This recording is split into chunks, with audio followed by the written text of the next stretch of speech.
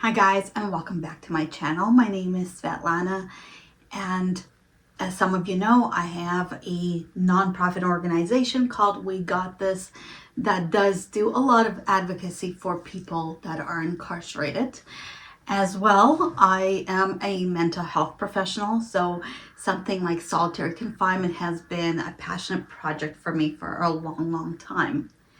So if you followed me on some of these videos, I've done a few solitary confinement videos, and in this one I want to talk to you about the logistics, what actually happens in solitary confinement. So before we do that, I hope that you will subscribe, hit that like button, that really helps me out. I played it innocent, a feel of discontent. I'm finally facing it all, fearless. All right, so solitary confinement, I'm trying to not put my personal opinions in this. Like I said, this is a very dear topic to me personally.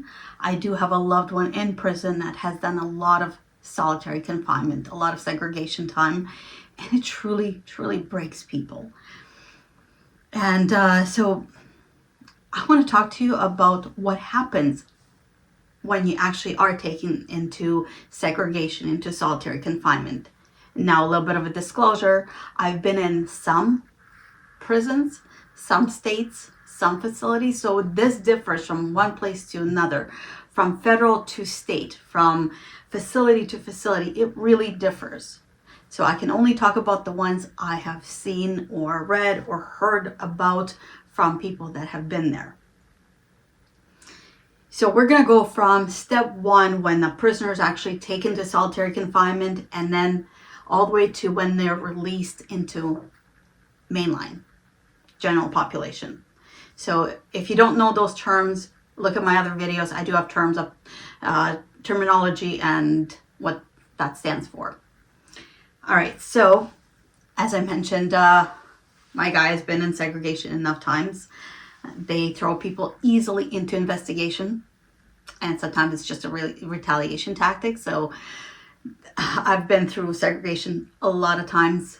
I've worked in segregation, I have seen segregation, and I've heard a lot about segregation. So this is my own view from what I've seen or heard. So when an inmate is going into segregation, they call it the hole. It happens sometimes right away. So for example, there's a fight going on in the yard, the guards are going to separate everybody, and they're going to tell them, you know what, you're all going to seg. You're all going to the hole. Could be that there's a cell search and they find contraband in the cell. Okay, you're going to the hole.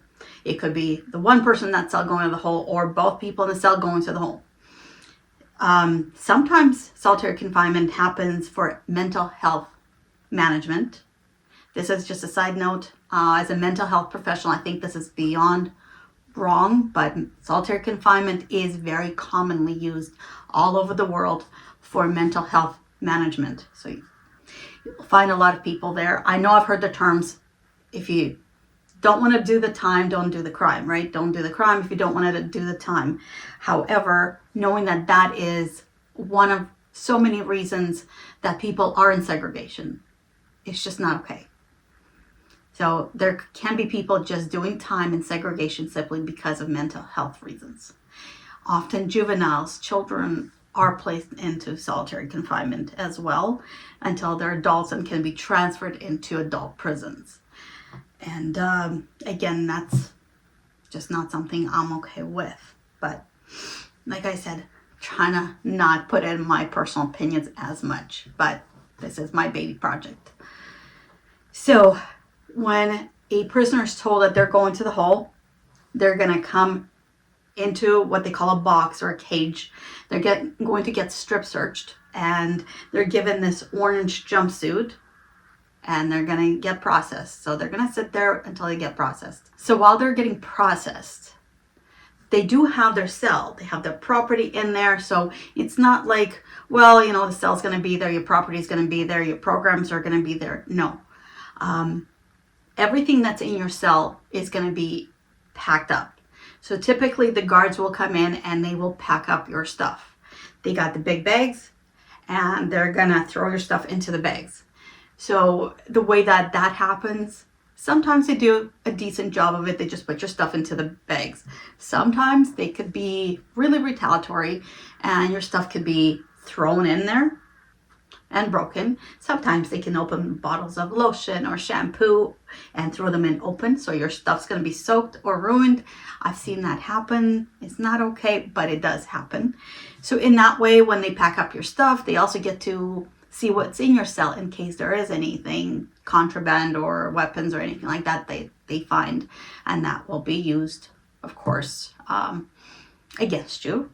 So your stuff is going to get packed up. And this is going to be sent to the DSU property room. DSU is Disciplinary Segregation Unit.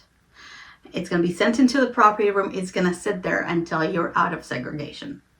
So the prisoner just lost their cell, their programs, etc. Anything that you've been working at, anything you have, you just lost all of it. So at this point, it doesn't matter if you're guilty or innocent. You have lost your cell. You have lost your programs, you have lost your job, everything's packed up, you have no access to any of that. So you're going to wait to be guilty or innocent, but you've lost all of those things. And that is sometimes the hardest part for a lot of people. So when you get to DSU, you're going to get a bedroll. And that is a tiny toothbrush. It's usually the finger one, it's the little rubber finger toothbrush. You're going to get state toothpaste or baking soda. It's a little cup that you're going to get of. You're going to get a sheet. Depending where you are, some places have a pillow and a thin blanket.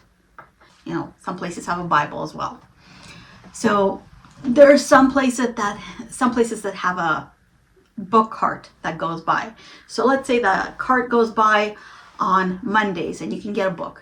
But if you went into DSU on Tuesday, well, now you're going to have to wait all the way until next Monday to borrow that book. But not every place has the books. So I'm just going to leave that one on the side. You may be classified as ADSEG, administrative segregation.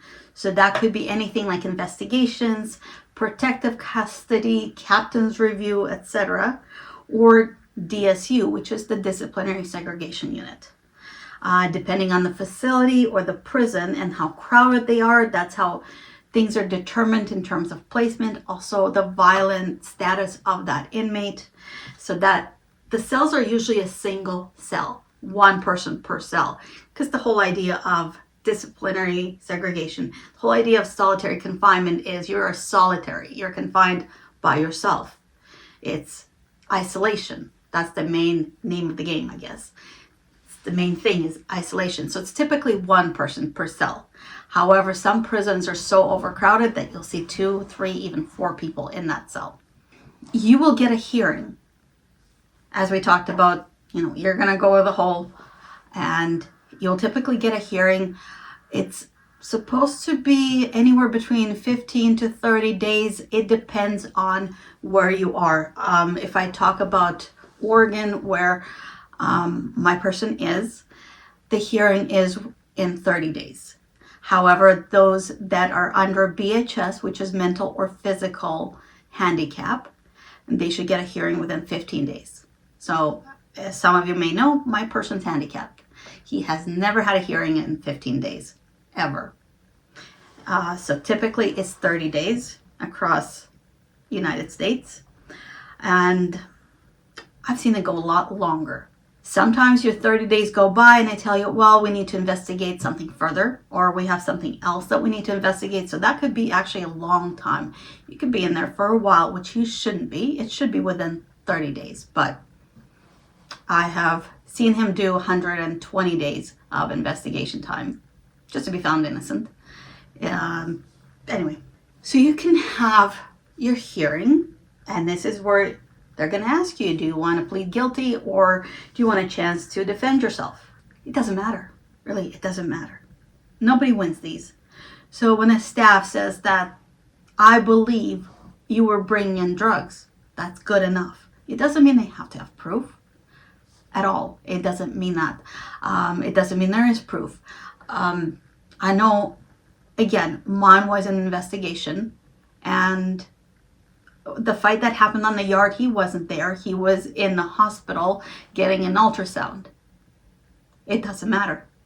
If they believe you were there, or they believe you were guilty in some way, or they believe you would have been there, yes, you were in the hospital, but you wanted to be there, you're guilty.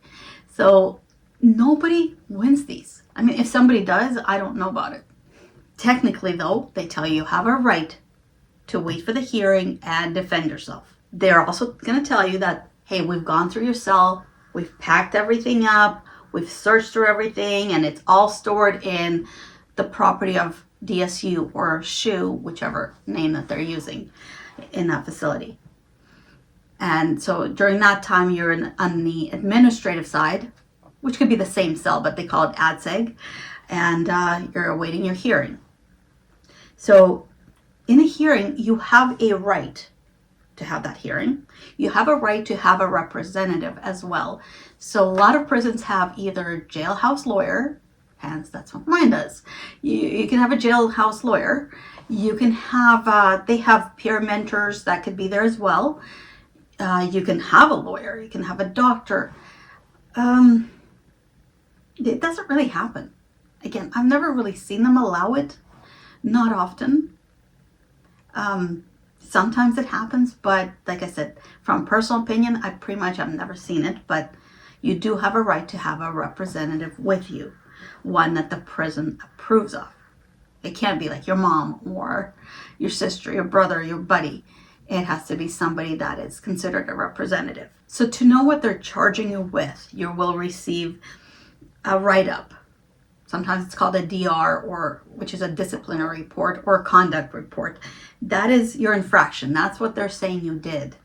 And when you go to the hearing, if you found guilty, they're going to tell you, okay, this is your charges and this is your sentence, how much time you're going to do in disciplinary. That's when you are on the disciplinary side of things. So again, you don't necessarily move cells. You might be in the same cell, but you're now doing the disciplinary time. And that varies, again, based on what the incident was, based on the facility, based on the state, state versus federal, etc. So how much time can vary. Now, I just want to mention this. Again, we talk about why people are in segregation. So if this is drugs, if this is mental health, the problems are never addressed. So if that person's having a schizophrenic breakdown, I've seen those often, it's not addressed. They're going to be in that cell and they're not going to get better because, well, mental illness isn't going away. And I'm not saying drugs are good. Of course, I'm against drugs. I've never done drugs. However, if a person's struggling with addiction, you're going to stick them in a cell. That doesn't get rid of the addiction. So there's no help, really. I mean, prisons are talking about rehabilitation. This is not rehabilitation. You're going to sit in there. You're going to do the time. But the problem isn't truly addressed. And that defeats the whole point of rehabilitation, in my opinion. I think that there's a better way of using solitary confinement than this. Just my own state on this. So by law, the guards, correctional officers, CO, whatever you may call them, they have to do rounds. And again, that depends on the facility. Some say every half hour, some say every hour, but they should actually do the rounds. They may do that. They may not. They may look into the cell. They may not. So I've seen it done differently. I've seen some COs do the round and they will look in and they make sure that that prisoner is there, that they are okay. Some will just walk by. They don't even look into the cell. It's just basically count time. And some facilities have their staff bubble. This is where the staff sit there and they have cameras. So they're sitting there on their cell phones playing Angry Birds, and in the meanwhile, somebody could commit suicide and they don't even notice. So how they do the rounds, how they do the count, that's a little bit questionable. I've seen it done well. I've seen it done very poorly. But by law, they're supposed to do at least once an hour. There are psychologists in many facilities they're definitely mental health professionals, counselors, etc. However, nobody ever gets evaluated. People have come out of prison not knowing that they have schizophrenia or bipolar or things like that. They've never been evaluated. So having a mental health professional in the facility, it doesn't mean that evaluations really take place. Okay, so I'm going to break down what happens when you are in solitary confinement. You know, the rec time, the meals, the cells, and all that kind of stuff. So we're going to break those down as to how inmates do time in solitary confinement. So in most places, solitary confinement, you're in the cell for 23 hours a day and you get 1 hour out of your cell. That typically is rec, showers, that kind of thing. So typically you will get 23 hours in the cell, 1 hour rec, 5 days a week. It often does not happen 5 days a week. So your rec time can get canceled due to staffing shortages, due to weather, and due to something going on in the facility, anything. Sometimes they just say for the safety and orderly running of the institution, safety and security reasons. I've seen that line too many times. Sometimes it just doesn't happen, and that's that. So you might be in the cell for 24 hours that day. The showers are typically 3 days a week, sometimes less. And again, they can be canceled due to the same reason as the rec does. One thing I have seen that I thought was really, really wrong, the staff will come and kind of tap on the metal door about, let's say, 3, 4 a.m. and go, hey, you want rec? They'll say it really, really quietly. So, of course, that inmate is asleep. They don't hear it, so the staff will put refused. And that person wakes up in the morning going, hey, I'm ready to go for rec, or I'm ready for a shower. Maybe they have phones that day. And they say, but you refused. You didn't answer. It happens too often, and it's not right. And they do it on purpose, by the way. Meals, they are horrible. You get 2 or 3 meals per day. They're stale. They're served in those food ports. Like I said, we're going to break them down a little bit more. So how do the showers work? They announce the showers, or they take so many inmates into the showers. So the inmates usually are in their cells. The guard will come to the cell. Sometimes you have 2 guards. I think usually now you have 2 guards, especially if it's an inmate with a history of violence. They'll have 2 guards that come up. They'll tell that inmate to cuff up. So basically that food port, or the chute, whatever you call it, the food port will open, and you're going to slide your wrists into the chute door, and they're going to cuff you up. And so they're going to take you out and take you into the showers. So the shower room, I don't know what to call it, it's not a bathroom, so that shower room, it depends how many shower heads they have. So anywhere between 1 to 5 to 10, and I've seen a facility with 50 shower heads. So they'll typically wait until the room is full. So let's say there's 6 shower heads. So once the 6 inmates are in there, they're going to be uncuffed so they can take off their underwear. They're going to wait naked. And this is a little bit apprehensive. I don't know, maybe just I'm thinking about it, but you're standing there totally naked. You're not supposed to look at the other guy, right? You don't want to look at the other guy, but at the same time, they could have a weapon, and you kind of do want to look at the other guy. It's a really complicated process if you are the one standing there. Anyway, the guards typically control the water, so they press a button on the outside and the water comes out. So you get about 5 minutes of a shower. It's sometimes cold water, lukewarm water. You don't get a hot shower. You don't get much time. You get about 5 minutes. And the showers are really dirty, really, really dirty. So a lot of you may laugh when you hear the term, don't drop the soap, but there's a reason for that. And I had a friend of mine that explained it. Basically, because there's so much dirt and urine and bodily fluids all over the shower floor, you don't want to drop the soap. It has nothing to do with sex. It doesn't. It has to do with the fact that if you drop the soap, you're not going to pick it up. So what he does, when he told me, when he takes a shower, he slices his soap into little parts. He takes that sliver with him into the shower, and he'll use that sliver, and then he's done. Now, that's not even solitary confinement. That's just shower in general, but it's the same idea. You're going to take a little piece of soap with you because you don't want to drop the soap because you're not going to pick it up. It's dingy, dirty. There's diseases in there. People are touching themselves, so there's bodily fluids of every kind, from that, urine to blood to, I don't know, somebody blowing their nose kind of thing. You don't want to pick anything up. But yeah, you're going to get those 5 minutes of water, and then you're going to get a towel. You're going to hold your underwear in one hand. You're going to hold your towel. You're going to quickly dry off, and you're going to get dressed in the cell. That's pretty much how showers work. It's actually a long process because you got to escort all these guys into the shower. And I'm using the word guys because I've been around male facilities, but it works similarly with women, I assume.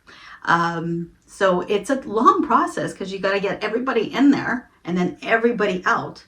Some facilities actually have cages where they'll put you in a cage, lock the cage, and then you take a shower in that cage, but then you get taken out. So for that 5-minute shower, it's actually a long process for the staff too. And it's not always a safe process because you don't know who might have a weapon, who might not. A lot of fights happen in the showers. It is complicated. If you have people of different gangs, different affiliations, or just two people who don't like each other and a fight starts, weapons start, it can get bad in there. I've seen the shower once, and a lot of blood in there. There was a death that occurred in there. So yeah, it could be pretty gruesome. But you need that shower, and some will refuse the showers, but most people that I know want the showers. So solitary confinement, that's what we're talking about. That's the showers. Now, when you're in the cell, these are 6x9 cells typically. What's in there is a metal bunk. It's a stainless steel toilet sink. I call it the apparatus, but it's a toilet connected to a sink that's in the cell as well. These cells are usually made of concrete, so they're cold cells. The metal doors may have those little slits, that go up and down so that the custody or the guards can see through, but you don't really have much view out of it. So they're kind of windowless cells, but they're always lit. The light is always on. It never turns off. That's part of that. I can't say torture, but that's what the prisoners describe it as. The lights are always on. They don't get sleep. They don't get quality sleep. It's always loud. And you hear people breaking down. You hear people going through suicidal attempts. But basically that is that cell. And commonly your window, if you have one, will not face into that person on the other side. They're kind of diagonal, so your window will face into the cell, but his window is going to be kind of diagonally from it. But inmates are creative, and sometimes they will talk and gesture that way. We discussed rec. So when you do go outside, you are not just going into a yard. You're going to go into what some call dog cages. They're kind of like cell size. They're about 6x9, but it's a fenced little area. It's a 6x9 rec cage. That's actually what they call it, as a cage. And yeah, they're pretty much the same size as a cell. There's nothing there, really. You're just outside. You get to see the sunshine, and you get to kind of walk around there. I've seen some that have maybe a pull-up bar, so you can exercise a little bit, but you are typically alone there. And that's your rec time.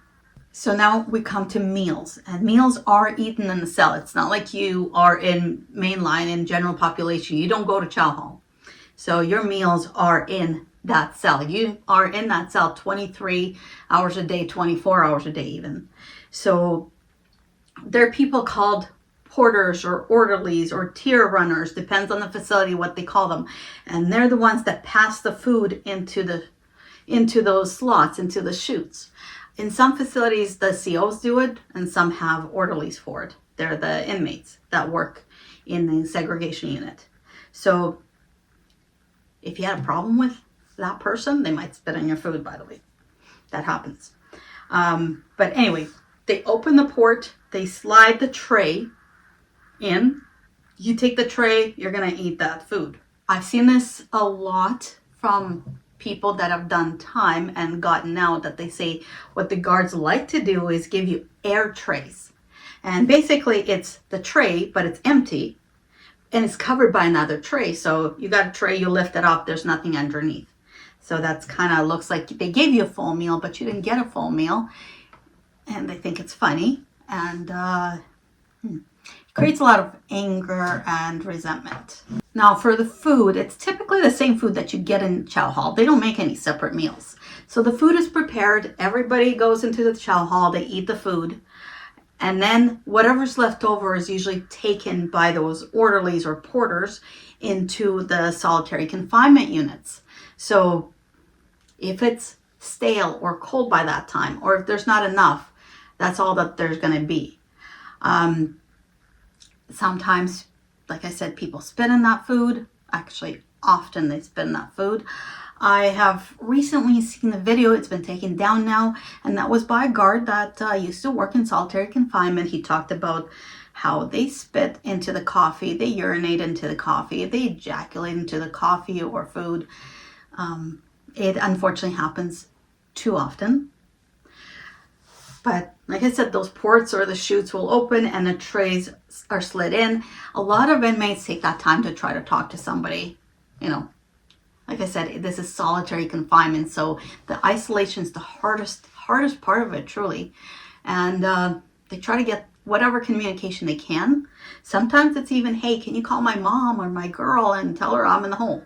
Because your loved ones may not know. And if you have two people in that cell, for example, the cell is tiny. So one person's going to sit on the bunk and the other one's going to sit on the toilet. And when you're done eating, you're going to slide the trays either near the door or somewhere like that so they can be picked up. And they're like brown trays, or, you know, those trays, you do see them on TV or in many videos. They're the same all over the place. They're kind of your basic trays. So let's talk about privileges.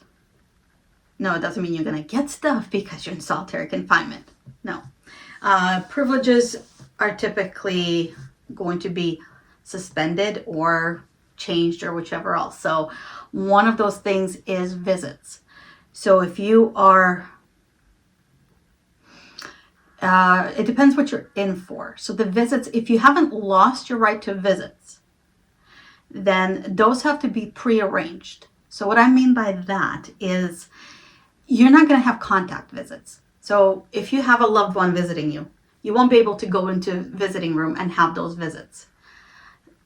If you have lost your privilege of visits, then you won't get any visits at all. But if you are allowed to have visits, then your loved one has to arrange them. It's usually done through visiting or through a counselor. Usually about 72 hours ahead of time, sometimes about a week ahead of time.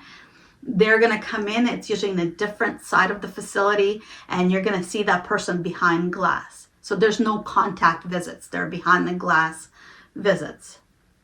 So you can't touch them. You're usually going to be on the phone. They're going to be on the phone, and you have that glass partition between you. So in the visits, the inmates will be wearing orange jumpsuits. That is for the guards to know that these are DSU inmates. They are behind glass. They're wearing orange jumpsuits. They're using the phone to communicate. Again, anything you say on those phones is recorded. It's listened to. So there's no privacy in there. There's cameras, of course, in those. And often the inmates are fully shackled. Like the ones I've seen, there's the thing on the wall and their hand will be, one hand will be shackled and they're on the phone with another hand, something like that. So they're going to be cuffed. Sometimes they'll take the cuffs off, not often. commissary or canteen, whatever you call it. It's the food that you purchase or hygiene that you purchased. You might have no privileges, so you might not be able to buy any commissary, or your amount for commissary may be reduced. That means you might be able to buy paper, envelopes, maybe a little bit of hygiene items, and that's about it. And so that means that your people need to put money on your books for you to buy that. Reading. So some facilities will only allow Bibles or religious books. Otherwise, inmates can read as much as they can. Again, the laws, the rules, the policies depend on the facility.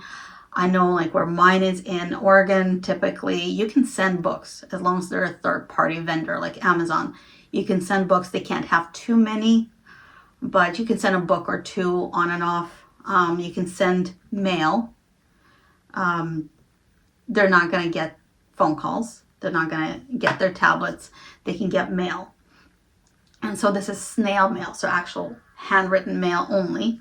If they're under certain investigations, mail can be suspended. And I actually had my person, he's a legal guy, so he actually asked the judge this one because he wanted to know if mail is a right or a privilege. So legal mail is a right. You have a right to legal mail. However, any other type of mail is a privilege. So your mail can be on hold. It could be suspended or taken away during your investigation time. You have the right to legal mail. So again, it depends on facility to facility. So one place he was in, and this is within the same state. So one facility, they had one phone call per week. So your first 30 days is investigation, and then you can have one phone call per week. Another one had, I believe, 2 phone calls per week or 3 phone calls per week. So this is your rec time.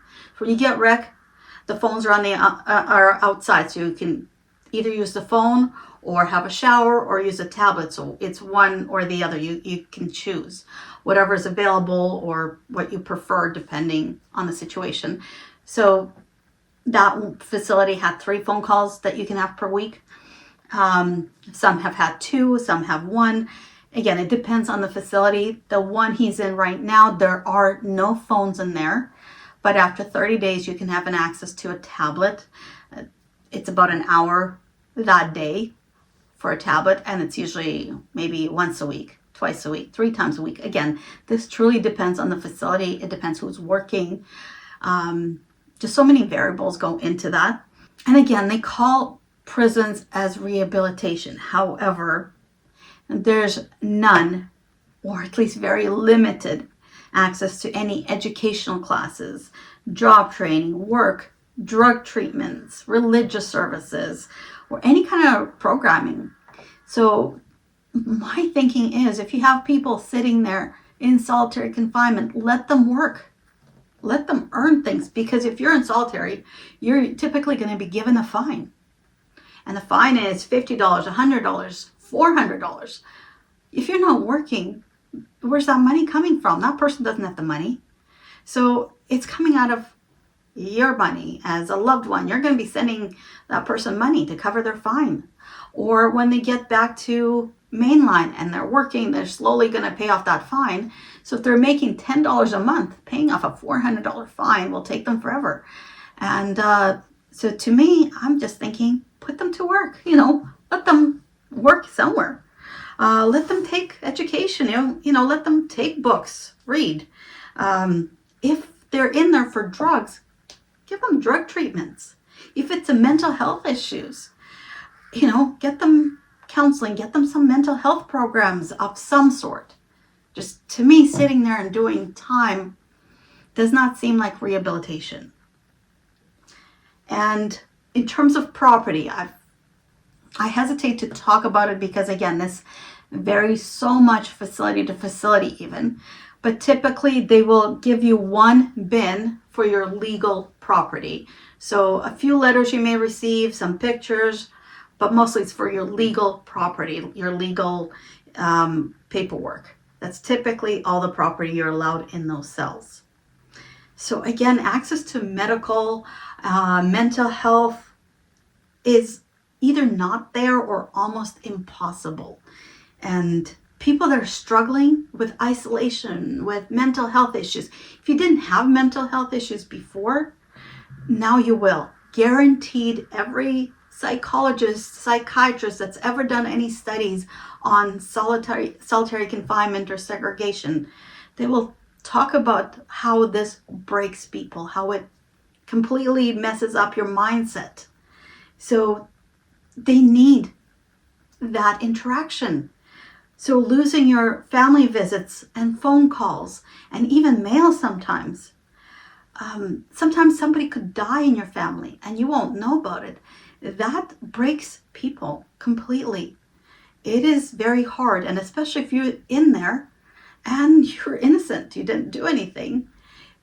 It is heartbreaking in my opinion. And like I said, I was going to try to keep my opinion away from that, and I'm really trying that. But to me, I have children. I can understand that, your kids might be arguing. You're going to say, okay, you go to separate corners. And, you give them 5 minutes and then they say sorry to each other and they're good. At least that's my kids. But to put people in segregation for months, for years, because there's some places they've done years. It's just, I can't see that being as rehabilitation. I can't see how that actually works. I can't see how that helps anybody. No matter what they did, the worst fight in the world, the most violent prisoner, they're not going to be a better person coming from an isolation environment, coming from their mind being further broken. And they're developing that anger towards everything, towards society. So what do inmates go through while they're in their cells? They face anticipation because they don't know anything, right? They're in that cell. They're isolated from the world. They know nothing of what's going on the outside. They know that guards may be messing with their food. They might be not. The guards may be messing with the lights, water. There's beatings that go in solitary confinement. I do have proof of that one. A lot of proof of that one. A lot of targeting of people of color, people from the LGBTQ community. There's a lot of assaults that happen by guards. It shouldn't be, and I would like to see it get better, but so far that's still a problem. So they don't know what's going on. All they're doing is anticipating the worst. So it's that being on edge 24/7. So the orderlies or porters, whatever you may call them, they're the inmates that work in segregation. Like they clean outside of the cells, they clean the bathrooms, sort of, kind of. They pass the stuff in the prison, like they may drop off mail, they may bring your food in. Again, not every facility has that, but those are some of the inmates that eventually work the privileges and to do that. Sleeping. I've heard sleeping is one of the hardest things to do. It is very loud. If you're listening to somebody next cell to you committing suicide, it's very hard to sleep through that. Very hard. Or people crying or anything like that. So it's very loud. It's very heartbreaking. You can't sleep through that. And like I said, the light is on 24/7. The popular one is a thing called douche the warden. And it has nothing usually to do with the warden. It just means that inmates collect the little bottles that they have. They fill them up with urine or feces. They wait until the staff go by or open the chutes and they squirt that at them. That's usually a retaliation at the guards.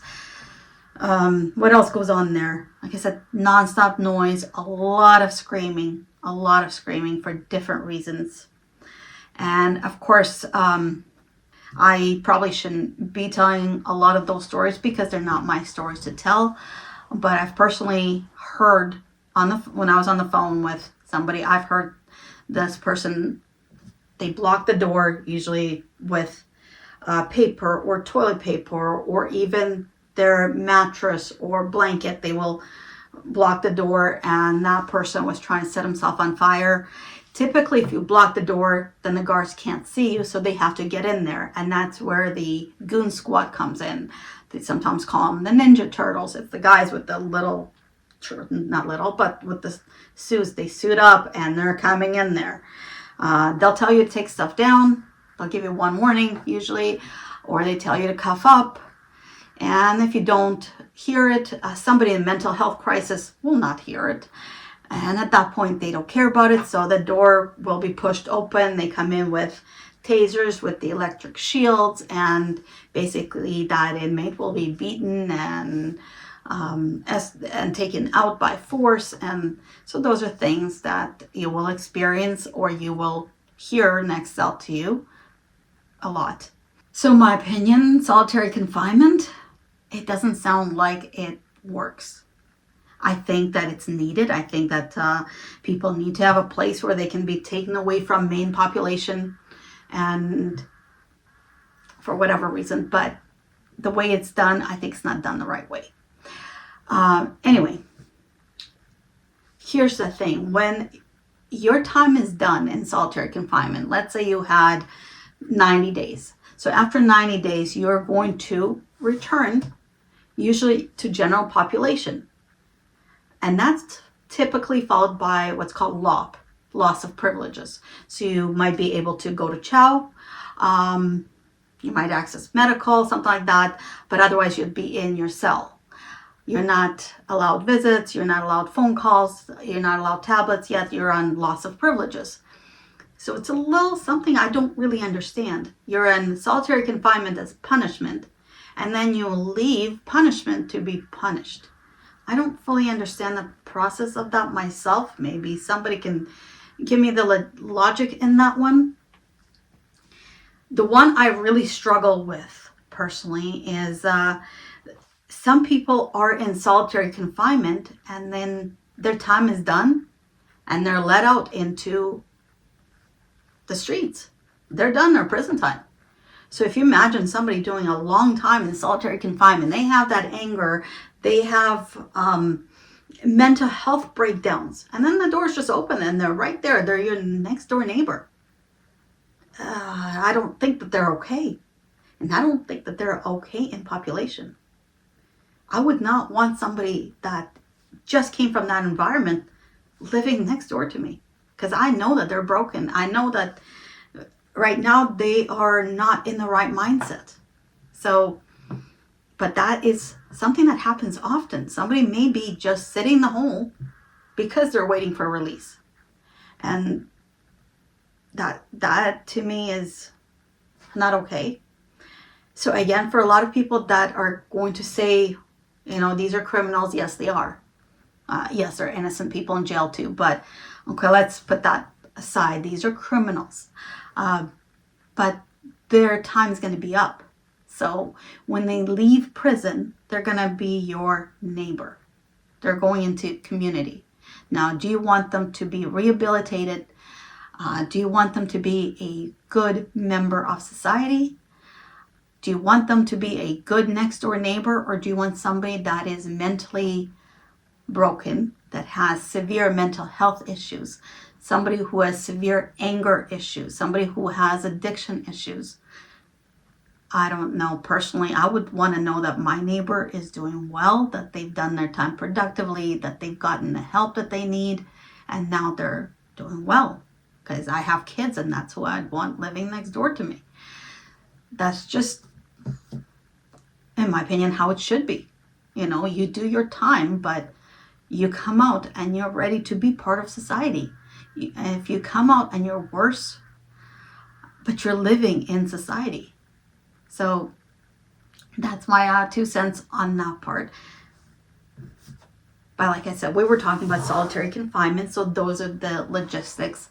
Like I said, typically that is the process of what happens when you are sent to the hole and then when you come out and all the time in between.